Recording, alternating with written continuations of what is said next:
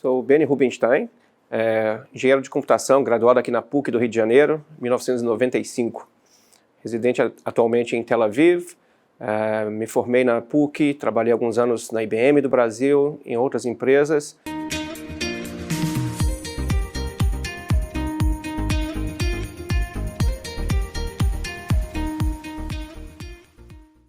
E segui uma carreira na Microsoft nos Estados Unidos por 15 anos, antes de regressar ao Brasil, em 2013, participando de uma atividade de empreendedorismo com a Microsoft, com a Qualcomm, com outros Venture Capital Firms aqui no Brasil. E, como disse, em 2016, resolvi iniciar uma nova jornada empreendedora em Israel. Existem várias teorias, a gente que cursou a vida acadêmica estuda muito teoria de riscos, teoria dos jogos, tem várias teorias. A realidade é que, como sabemos, a carreira de empreendedorismo ela envolve muitos skills, muitas habilidades, mas eu acho que uma das maiores delas é essa habilidade de lidar com a ambiguidade, né? Nós sabemos que a vida do empreendedor, por mais que você tenha um plano estratégico, por mais que você tente ser estruturado, ela não é aleatória, mas ela é cheia de surpresas. Ela tem dias de glória, tem dias de não tanta glória, e por isso mesmo a gente vai falar um pouquinho sobre isso, né? Uma das grandes habilidades de um empreendedor é essa tolerância de saber que, às vezes, para se vencer, você vai ter que cair e levantar várias vezes, como diria o Michael Jordan, né? Ele chegou onde ele chegou, mas ele errou mais de 100 ou 1000 lançamentos à cesta, né? Essa jornada foi um pouco longa, eu confesso que foi um duelo que eu tive interno entre a área corporativa e a área de startups. E hoje eu posso falar, eu acho que existe um pouco de mito entre as pessoas, eu vejo muito, tanto investidores como muitas vezes até headhunters, né? Eles tentam colocar as pessoas numa caixinha que é mais fácil de processar. O fulano é corporativo, porque ele tem essas atribuições, ele sabe lidar numa empresa grande. O fulano é empreendedor, porque ele só funciona bem no ambiente de startup. E, na realidade, o que eu tive foi uma carreira, digamos, em zigue-zague, onde eu entrei em grandes corporações, mas sempre em grupos de incubação, grupos muito pequenos. Quer dizer, a Microsoft, uma empresa de 140 mil funcionários, mais ou menos, no mundo. Eu trabalhei em grupos de menos de 100 pessoas, numa organização mundial, ou seja, grupos realmente, na época, insignificantes. O próprio grupo do Azure, que hoje é um dos maiores business da Microsoft, quando eu entrei, eu fui funcionário número 6, na área de Business Development, quer dizer, nós criamos as primeiras parcerias estratégicas, os primeiros modelos de venda.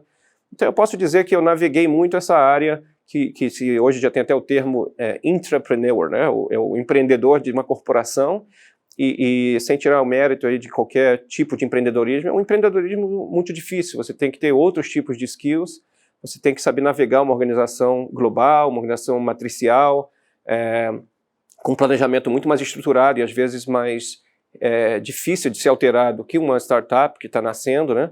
Então eu acho que eu desenvolvi essa habilidade dentro da Microsoft e cheguei a um momento em que eu falei, olha, agora eu acho que eu estou pronto para tocar a minha startup, para criar algo do zero, sem o emblema Microsoft, sem o budget corporativo. E foi nessa época que eu deixei a Microsoft pela primeira vez, regressei ao Brasil com um filho de 10 meses de idade e montamos, na época, um empreendimento onde era uma startup que investia em startups e que desenvolvia startups na América Latina, com parcerias em Israel, com parcerias nos Estados Unidos. Foi, para mim, a minha primeira grande aventura empreendedora, digamos.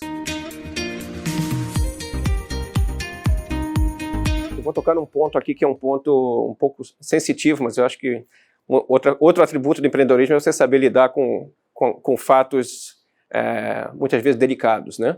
Uma das questões que eu observei por vários ângulos, inclusive na minha época como investidor profissional, é o fato de que, ao contrário de uma grande corporação, onde um CEO, claro que existem CEOs melhores e piores, mas um CEO numa corporação precisa, né, usando o exemplo da Microsoft, né, o Satya Nadella trabalhou na Microsoft muitos anos, foi subindo nos rankings, e quando o Steve Ballmer saiu, ele foi, digamos, selecionado num processo competitivo.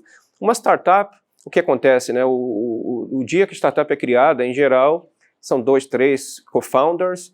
Por definição, eles escolhem os seus títulos, o CTO, o CMO, o CFO, o CEO. E o que eu quero dizer com isso? Muitas vezes o CEO, que é o CEO que criou a empresa, que é o CEO que é o pai da criança, que é o CEO que tem aquela visão, ele ou ela pode não ser a pessoa correta numa fase seguinte dessa startup, né? A startup recebe investimento, a startup precisa se internacionalizar. Eu passei por essa situação várias vezes com esses startups que nós investimos. Estava muito claro que para a startup crescer, você teria que abdicar talvez do seu cargo de CEO, trazer um novo CEO mais experiente para aquele processo, aquela etapa da empresa. E essa é uma questão que lida com questões delicadas, com ego, digamos, uma sensibilidade ao... Né, existe a história salomônica de dividir o filho para salvar o filho. Quer dizer, é uma analogia que a gente tem que saber lidar. E eu, por exemplo, eu fui convidado algumas vezes a me tornar CEO de uma startup que eu investi. Eu não aceitei a oferta, mas achei interessante a humildade do CEO naquele momento de dizer, olha, eu preciso de ter um CEO mais experiente do que eu trouxe a empresa até esse ponto, e daqui em diante eu preciso de um outro pai, eu preciso ter um outro cargo, uma outra função. E eu acho que esses CEOs são os CEOs que vão para frente. A gente vê hoje, na realidade, por exemplo, de Israel, que é um dos maiores ecossistemas de inovação, várias startups que hoje estão aí no que eles chamam de hypergrowth, né, que já estão aí numa fase de série B, série C.